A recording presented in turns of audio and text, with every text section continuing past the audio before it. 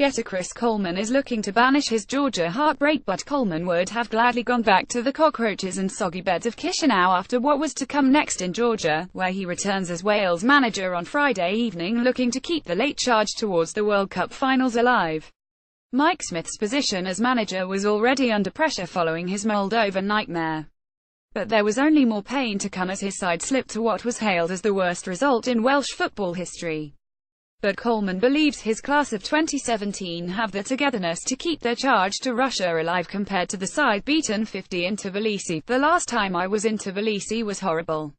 I'm not going to be coy," said Coleman. "Going back, it's going to a fiery atmosphere." The trip had begun in style. Their plush hotel residence seemed a million miles from the terrors of Chisinau.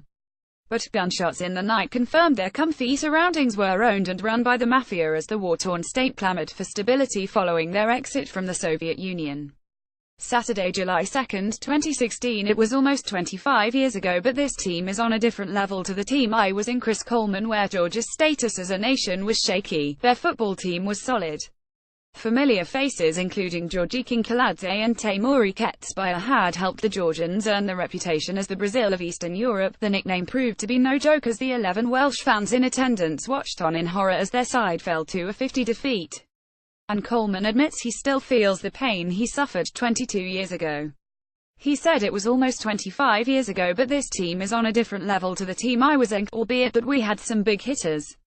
We weren't a team at that time. This is a team. The last time I was there representing my country, it was awful. There will definitely be a twinge of that, I'm sure." The Caucasus Mountains, including Europe's highest peak Mount Elbrus, separate Georgia and Russia.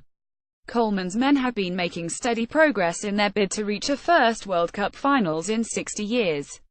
But they suffered a setback on their journey to reach the summit of UEFA qualifying Group D after Real Madrid star Gareth Bale was ruled out with a calf injury.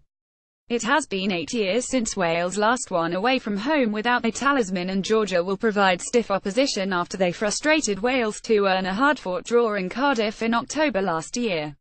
Coleman knows his side need to win to set up what could be an all-or-nothing clash with Ireland on Monday.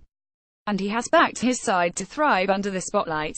He said, "We are in with a great shout and the pressure and spotlight is welcomed by me, I promise you. Any manager will tell you that you try to stay away from all that. I welcome it. It's great because I'm always used to there's nothing on it.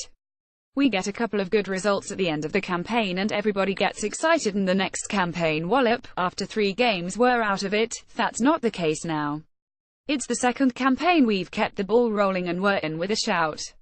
The next game it's all or nothing, and that's what we've always wanted." Wales probable: Hennessy, Davies, Chester, Williams, Gunther Allen, Ledley Lawrence, Ramsey, Woodburn, Robson, Garnu.